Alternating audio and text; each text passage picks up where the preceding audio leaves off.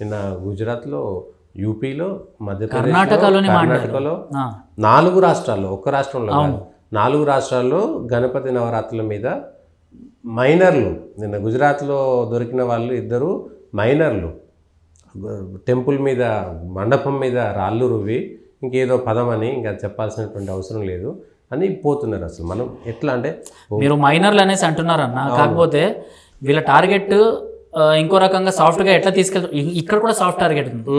మైనర్లు అనేసరికి ఒక సాఫ్ట్ కార్నర్ వస్తుంది, పిల్లలు కదా వీళ్ళ పైన ఏదైనా అయినా కూడా జువెనల్లో వేసేస్తారు, దాని తర్వాత వీళ్ళు బయటకు వస్తారు. లేకపోతే ముస్లిం సంఘాలు ఏవైతే పెద్ద పెద్ద ఉన్నాయో వాళ్ళందరూ వచ్చి రక్షిస్తారు కదా, మా పిల్లల్ని బయటికి తీసుకొస్తారు కదా అనేసి ఇంకోటి ఎక్కడైనా మీరు జమ్మూ కాశ్మీర్లో మన ఆర్మీ బలగాల పైన స్టోన్ పెల్టింగ్ జరిగేటప్పుడు ముందు వరుసలో లేడీస్ ఉంటారు, చిన్న పిల్లలు కనిపిస్తారు అనమాట. మీరు అది చూసే ఉంటారు, బుర్కా క్లాడ్లో కొంతమంది స్టోన్ పెల్ట్ చేస్తుంటారు, వాళ్ళ చేతిలో రాళ్ళు ఇచ్చి స్టోన్ పెల్ట్ చేస్తారు. బికాస్ ఆ టైంలో ఏంటంటే మన పోలీసులైనా లేకపోతే ఆర్మీ వాళ్ళైనా వాళ్ళపైన షూట్ చేయలేరు, వాళ్ళపైన స్టోన్ పెల్టింగ్ చేస్తున్నప్పుడు వాళ్ళపైన లాఠీ చార్జ్ చేయలేరు. ఇది సాఫ్ట్ గా తీసుకెళ్తున్నారు.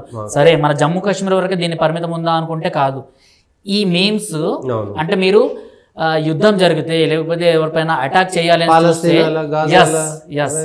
ఇజ్రాయెల్ వాళ్ళు ఒక కార్టూన్ ప్రచురించారు అనమాట.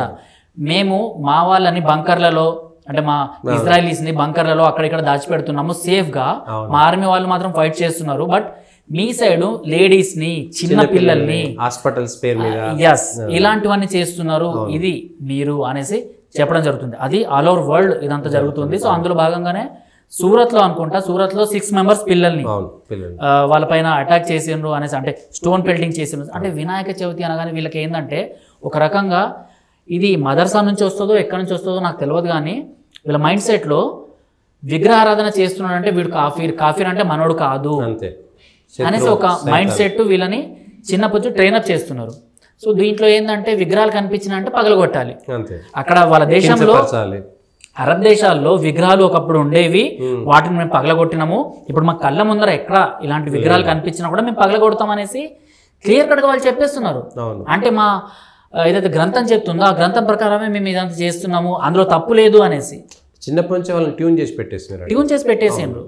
సో పిల్లలైతే పిల్లల్ని అరెస్ట్ చేయడానికి పోలీసులు వెనకంజ వేస్తారు, లేకపోతే 1-2 సార్లు సర్ది చెప్తారేమో, లేకపోతే పోలీసు స్థానికంగా ఉండేటువంటి వాళ్ళు కూడా ఇప్పుడు ఆ వినాయక మండపం పెట్టిన వాళ్ళు కూడా పిల్లలు కాబట్టి చూస్తున్నట్టు వదిలేస్తారేమో, అంతే. అదొక ఆలోచన. బట్ ఆ పిల్లలకి ఏం నేర్పించాలి, అవతల మతాలని నువ్వు రెస్పెక్ట్ చేయాలని నేర్పించాలి. బట్ అదంతా జరగట్లేదు.